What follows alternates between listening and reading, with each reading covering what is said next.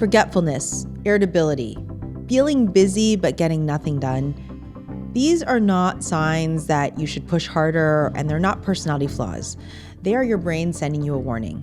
And today's guest is here to help you read it. Every Monday, you've got to go to work, or every time your boss sends you an email, your heart starts to beat. These are signs of stress. And your body's now preparing itself for a saber-toothed tiger attack that's never going to come. Leave that water dripping onto that pipe for a prolonged period of time, the pipe eventually rusts and eventually breaks. Burnout isn't a sudden collapse, it's slow erosion under sustained pressure. Wow, so by the time I have symptoms and am feeling it, it's already done. By the time it's got to physical symptoms, your pipe is quite rusty. The other thing you can do is something called the physiological sigh, and this resets the brain from the sympathetic mode to the parasympathetic mode. So this is 2 sharp inhalations and then 1 really long exhalation. What surprised them the most was that he chopped down more trees than anybody else. And they said, how on earth have you managed to chop down more trees than anybody else? You weren't even at your station the whole time. And he said it was very simple.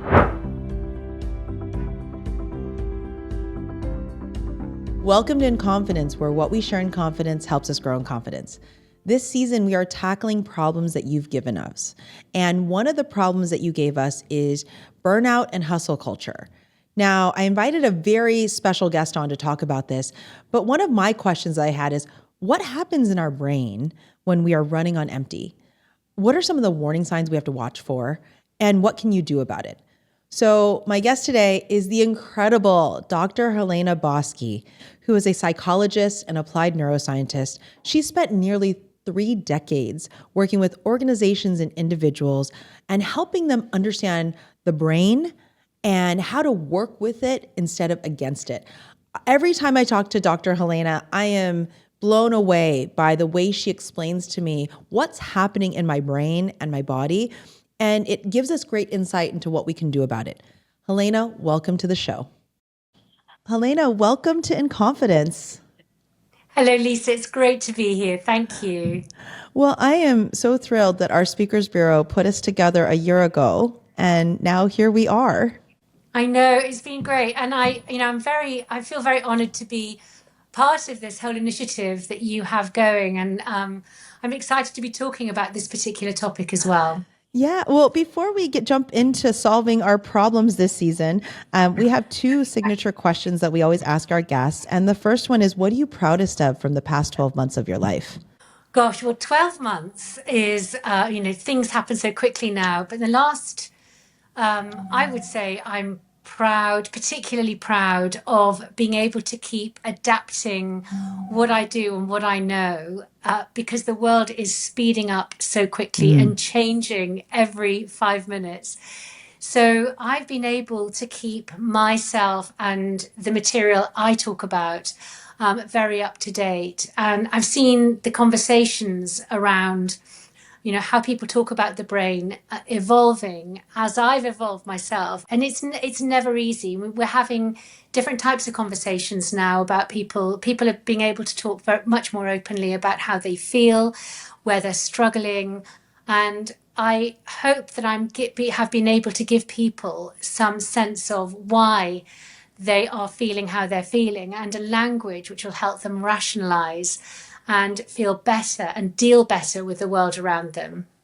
I love that. I feel like neuroscience has never been more important. Like, coming out of the pandemic, we have AI, social media, stresses from world leaders doing things. I mean, there's just so much. I feel like what you do has never been more important. And that's a perfect segue to our second question, which is, for our audience who doesn't know your work, can you talk a little bit about how you make a difference in the world, and a little bit about all the parts of your life that you kind of operate in? What are the arenas in which you're an expert? Oh my goodness. Well, I don't know if I'm an expert. I'm a wannabe expert. I absolutely love the brain and everything about it. It's opened up a whole new world for me. I came to neuroscience and psychology later as I was working, and I realized that there was so much I couldn't understand and I couldn't make sense of in the corporate world. My first degree was in classics and Latin and ancient Greece and the ancient world and archaeology.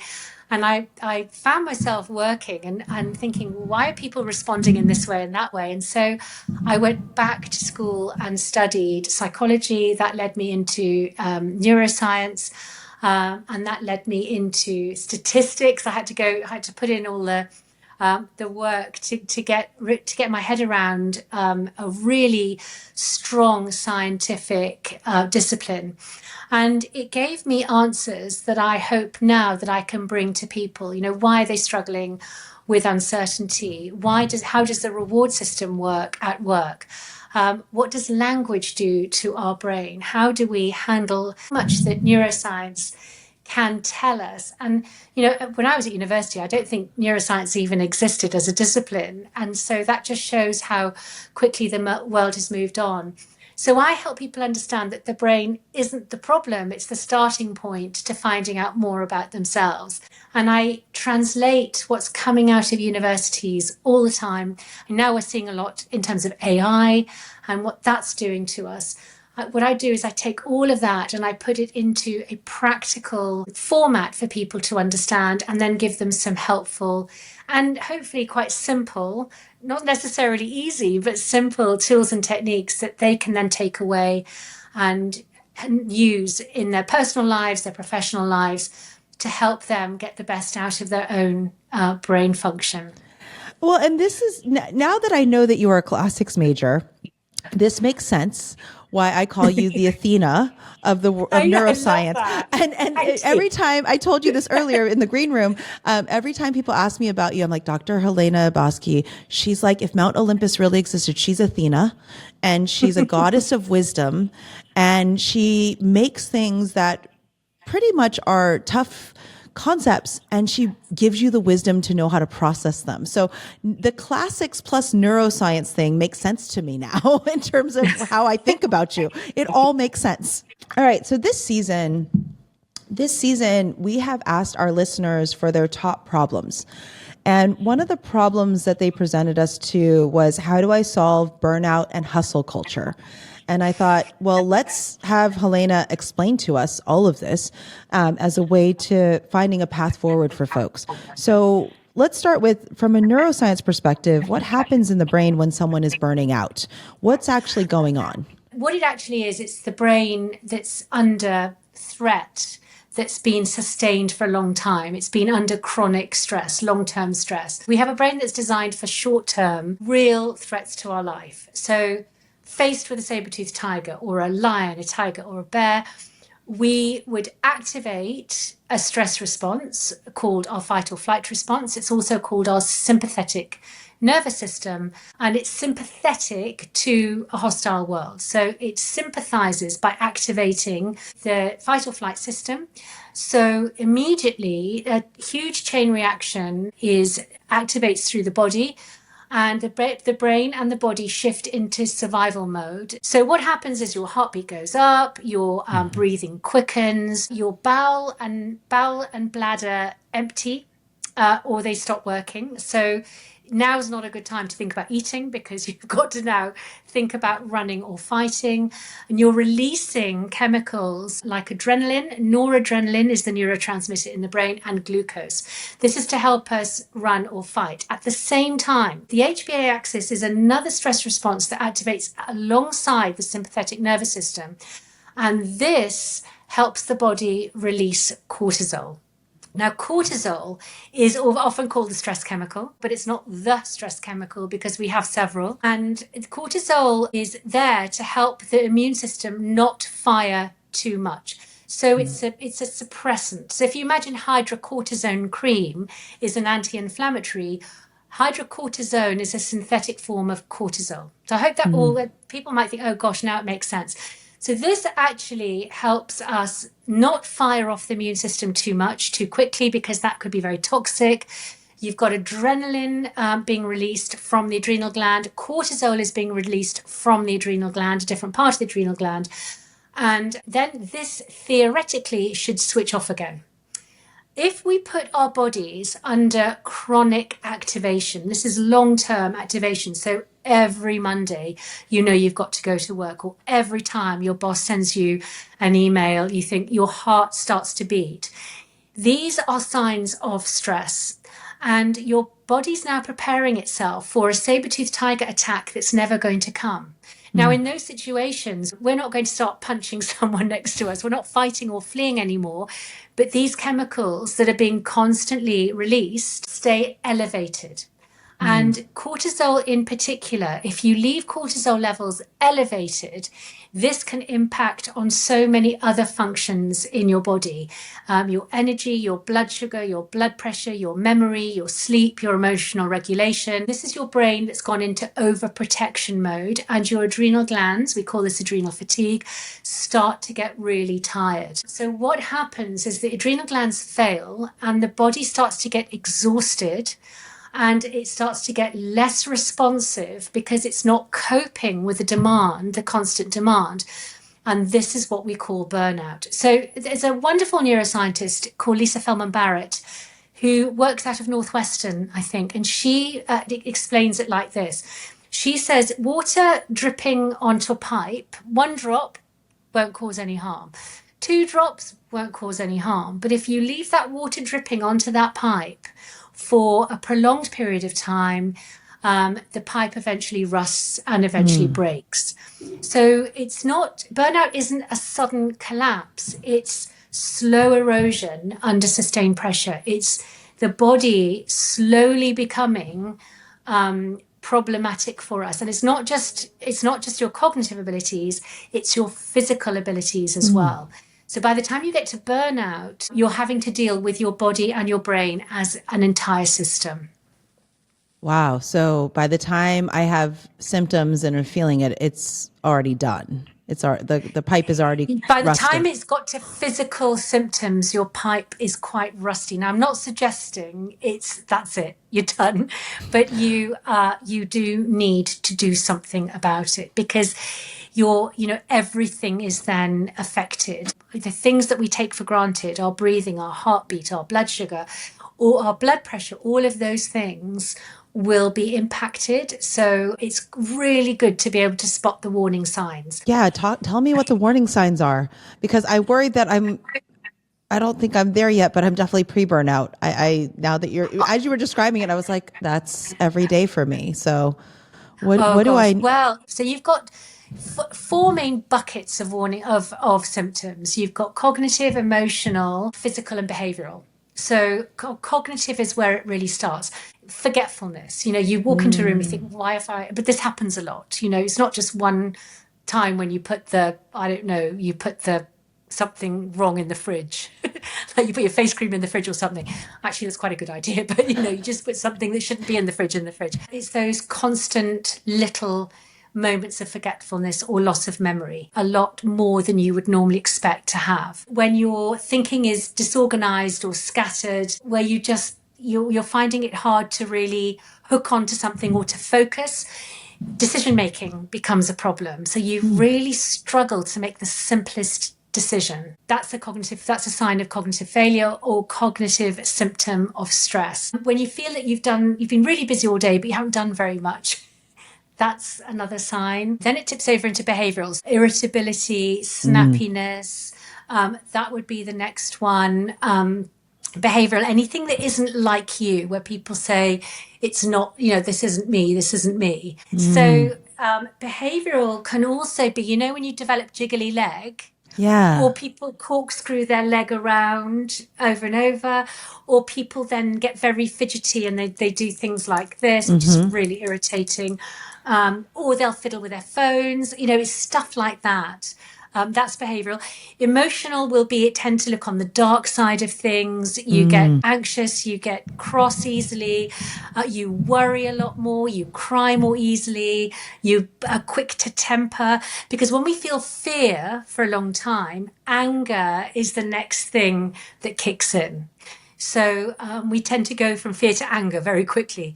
This is why during COVID, when we were very frightened, we're now living in a very angry world because we were frightened for so long, and now we're very angry. So we can see it on the roads everywhere. So, these emotions, fear and anger, they're not negative emotions, they're protective emotions. Fear is there to help us react quickly to our world if it's frightening, and anger is there to get what's making us frightened out of the way. So, they're there to protect us. So, and then physical. Physical is when you really need to pay attention. This is when you start having heart problems, digestive problems, diabetic problems, infertility problems, all the things that we don't really realize started a long time ago. But by the time you get to physical symptoms, it's normally been happening for a while. Okay, thank you for explaining that. Let me start with, maybe I take your checklist of these 4 buckets and I say, okay, Helena, I've got some of this. Like, yes, that resonates. What do you do? What do you recommend people do? Well, I mean, this is the $1 million question, because what do you do? So, if you know that you are suffering cognitive failures, so that could be an early warning sign of stress and burnout, you need to address that. So there are lots of little things you can do. There isn't probably one big thing, but if I gave people one big thing, they'd be, terrified if they couldn't do it. So we've got to create small wins that give the brain a sense of control. The reason we feel stressed is because we have been put out of control of our world. We don't know how to fix what we're fixing. If you imagine going back to the brain, the reason we have this brain, it was to fight saber-toothed tigers or, anything hostile or threatening in our world. We were able to do something about it. We were able to fight or run. In the modern world, we can't kill off our manager. We can't kill off bad customers. We can't, we feel more out of control. So the first thing to do is control your controllables. So you need to know what you can do and focus on that. And it might be as simple as getting up in the morning and making your bed. I mean, make that the first thing you do. So it's a little thing you can tick off. It could be making breakfast. It could be making cookies. It could be doing something little that give you a sense of control over your world, and also keeping your hands busy. So this is a really good tip. And this is something that I was telling people during lockdown when everyone was panicking about what was going on. When our hands are busy, the brain calms down, particularly your dominant hand. So if I can ask you to imagine a brain of 2 halves, and we have a left hemisphere and a right hemisphere. So your left hemisphere controls your right body, and your right hemisphere controls your left body. Okay, so your left hemisphere and your dominant, not for most of us, are you left-handed or right-handed, Lisa? Right-handed. I'm right-handed. Right, so your left hemisphere, right, this is called your approach axis. It's your reward-seeking axis. This is your fight side of the brain, if you like. The left hemisphere tends to produce more dopamine, which is your motivation molecule, which keeps you going, stops you quitting, keeps you learning. This is a very important axis for us. So when our right hand is busy, our brain is activating dopamine to keep us going. On the other side, you've got your right hemisphere, left side. This is your avoidant brain. It's more cautious. So people used to call this the sword and shield hypothesis. So the shield protects us, the sword helps us go get our stuff. And this produces more noradrenaline, which is one of our stress chemicals. Now, in times of big stress, we tend to get a surfeit of noradrenaline, which floods the brain. And so we've got to try and reset the brain to get its balance back. And you can't just sit around and wait for this to happen sometimes. Sometimes you've got to get to the brain through the body. So you do it by using your body's dominant arm to get to the brain, and keeping your hands busy becomes really important. So I was telling people, cook, draw, polish your shoes, do the dishes, tidy a drawer, vacuum, garden, whatever it takes, paint, do whatever you can, but keep your hands busy. In the 19th century, way before we knew and could look inside the brain, physicians were giving women knitting to do to keep their brains calm. Now, Bessel van der Kolk, who is an incredible guy, he wrote The Body Keeps the Score. They use this in trauma, where they get people to focus on small physical actions, and then the alarm bells start to quieten down. So that's another thing you can do, is keep your hands busy, regulate your brain through small movements, physiology. The other thing you can do is something called the physiological sigh, and this resets the brain from the sympathetic mode to the parasympathetic mode. So this is 2 sharp inhalations and then 1 really long exhalation. So you go.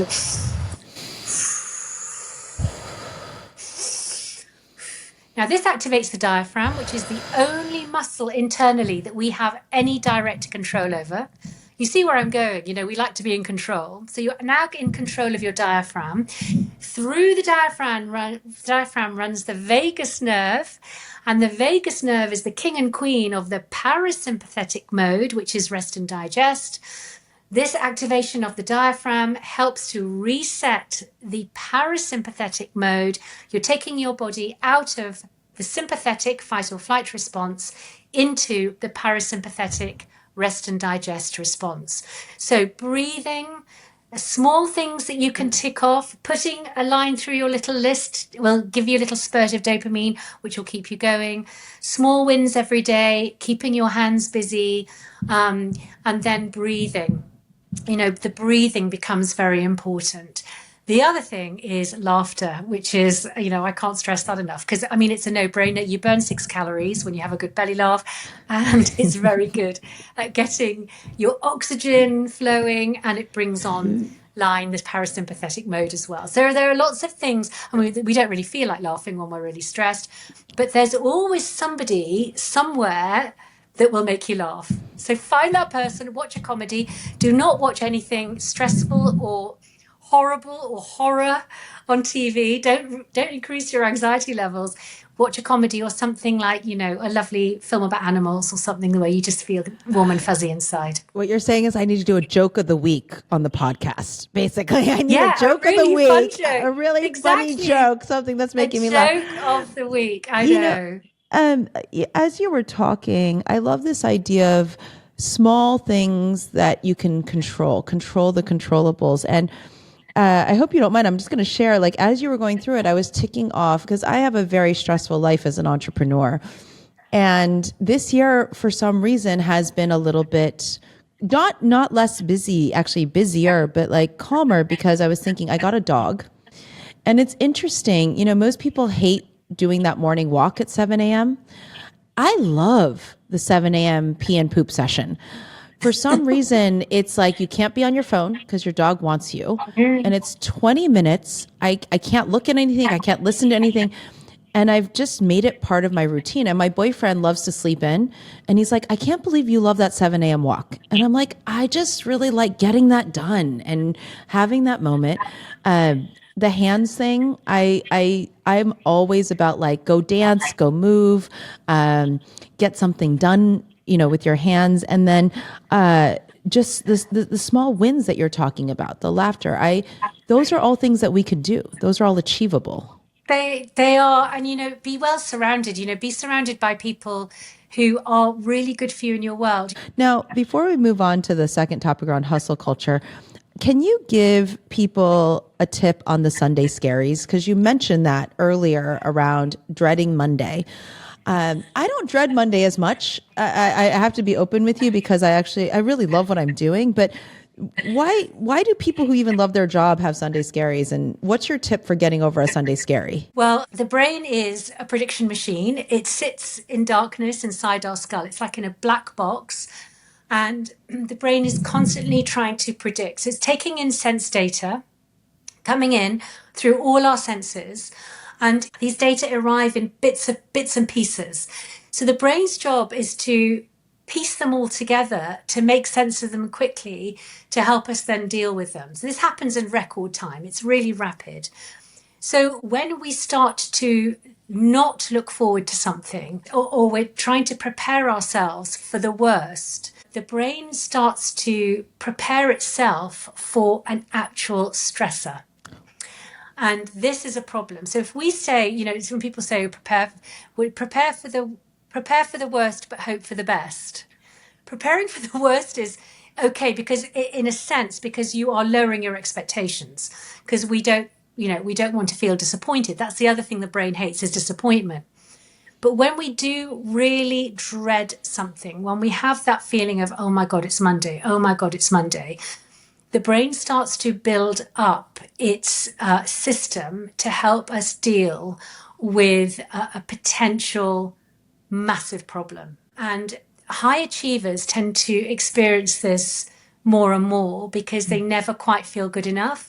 They care deeply about what they do. They hold themselves to high standards. So they're always trying to mentally rehearse and be prepared for what's coming ahead. And the Sunday Scaries tend to prepare people and sharpen the mind. It'll definitely sharpen the mind. So they're sort of on high alert. But this can eventually tip over into burnout because we're putting our systems in a stress state, and it's not good for us over time. So how do you get rid of that? How do I avoid Sunday that? Well, I take Monday off, I think. The best way, if you know you're experiencing that dread, is physical exercise, because that's what we're designed to do, or something which will release it. So have a really good belly laugh with someone. You need to release some of that angst. Interesting. So I was thinking about a couple of things I've put in place to deal with dread. On Sundays, I always have Sunday supper or Sunday lunch with the people I love, because it, for some reason, takes my mind off of thinking about what I have to do tomorrow. And we laugh or we talk. And I usually say standing Sunday supper or Sunday lunch. That's something that I've instituted on Sundays specifically, because I know Monday will be hard. And then when I'm not looking forward to going to something, you get invited to something like, oh, I really don't want to go to that. One of my girlfriends always says, every time you say that, you come up with one new person you met or something that you learned about. And just remind yourself that maybe there's something good that's going to happen tonight, even though you don't want to go. I'm like, okay, I have to reprogram my expectations. Like maybe one good, and I always say one good thing will come out of this, and that's enough. Yes.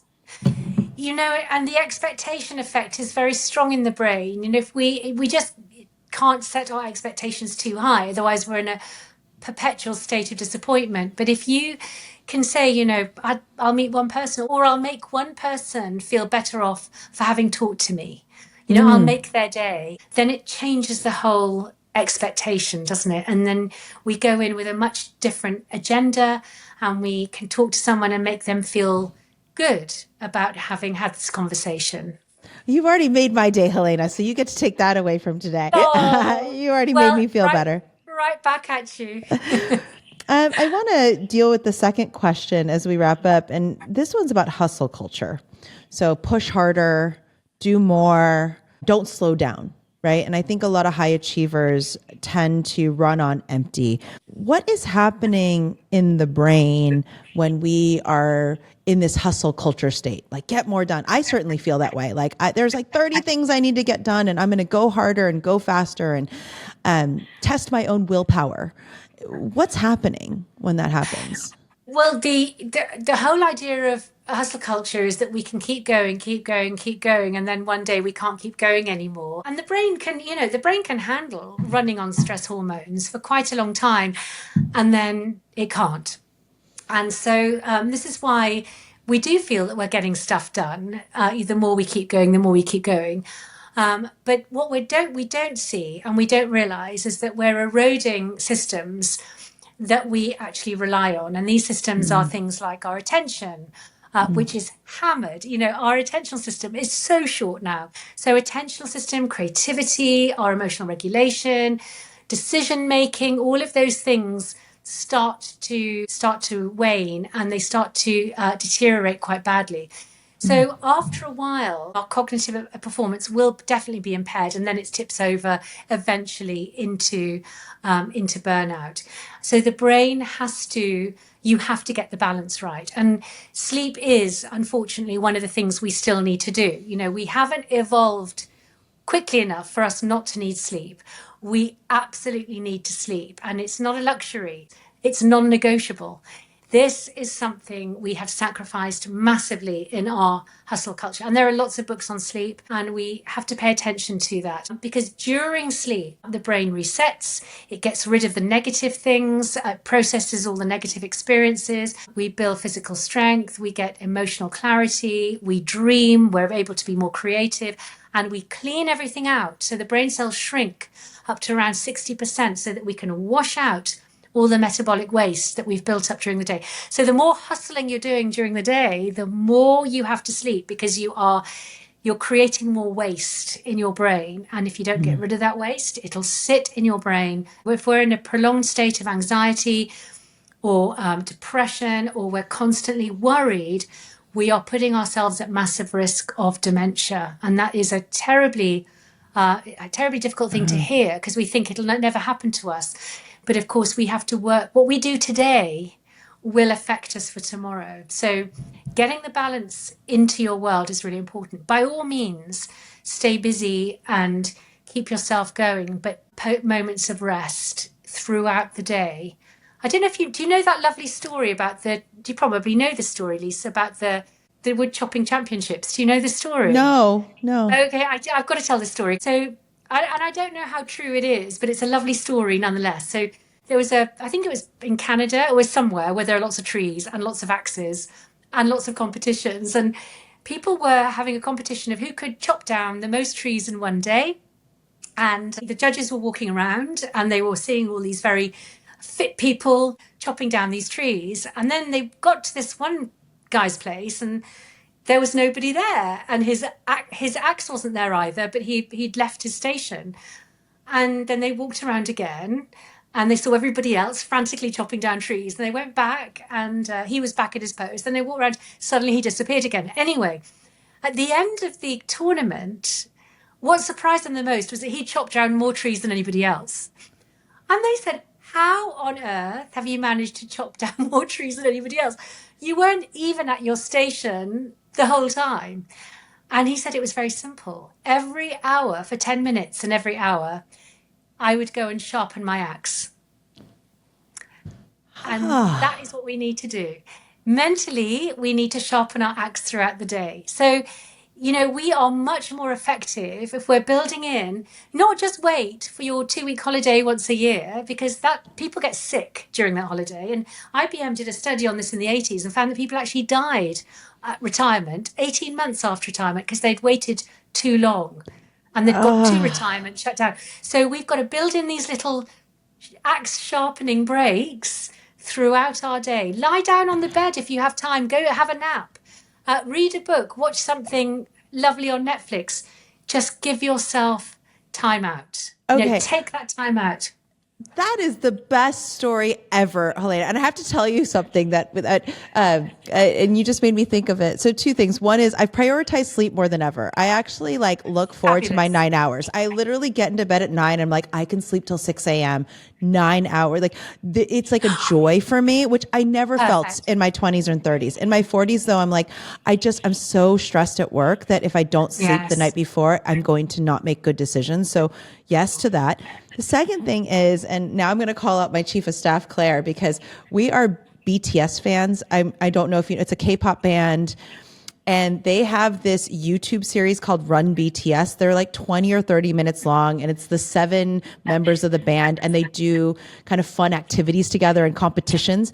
And at lunchtime, so we all eat lunch together, we watch an episode of Run BTS. It's like 30 minutes long. And I'm going to watch that now. And up until recently, I felt kind of bad. I'm like, oh my God, are we wasting productivity? Are we that's like half an hour I could be doing emails while I eat my salad. And now you've given me a permission slip that 30 minutes is sharpening our axe. I'm going to tell Claire that. We are sharpening the axe while we watch, Jimin do funny tricks with Jin and RM and all the K-pop boys. So I feel better about that 30 minutes. It's not a waste. We're sharpening our axe during that 30 minutes. And you're doing something together, and it's a shared experience.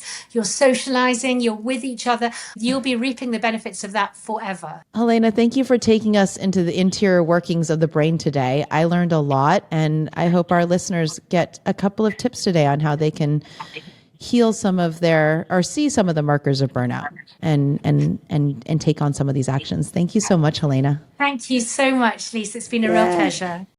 For each episode this season, I want you to have a clear takeaway. Here's your power move this week. Control the controllables. I really loved this advice from Dr. Helena. The next time you feel overwhelmed, don't try to fix everything. Start with small wins. Pick a small thing that you can actually do and do it. Make your bed. Finish a task you've been putting off. Cross one thing off your list. Even when the brain feels out of control, small wins are how you get it back. So it's not about doing more. It's about creating enough control to keep going. Before we close, I want to build something into the season that matters to me because growth deserves to be seen, ownership deserves to be named, and the people doing the work deserve to be celebrated. So at the end of each episode, I'm going to give someone a shout out or something a shout out. And today's shout out, I want every one of you to go follow Dr. Helena Boschi on LinkedIn. The reason is her posts are amazing. I actually screenshot them. I copy and paste some of them sometimes because her posts, first of all, she's one of the most generous thinkers I've met so far. I learn from her every time we talk. And if you follow her on LinkedIn and you get her regular posts, she explains to you things like how to really give feedback. That was one of my favorites. What's happening in your brain when you're upset? And she also creates these beautiful, really cool graphics of the brain that I love. So my shout out goes to Dr. Helena. Please go follow her on LinkedIn. See all the incredible content she's creating. I hope you enjoyed this episode of In Confidence. I hope you're leaving this space stronger than when you entered it. I hope you've taken away a few things that will make your day better. Please share this episode with someone you think needs to hear it today. Follow, subscribe, comment, review, all of those things because recognition creates a ripple effect and amplifies our work. Until next time, in the words of my 9-year-old self, I see you, I value you, and I believe in you. This is In Confidence.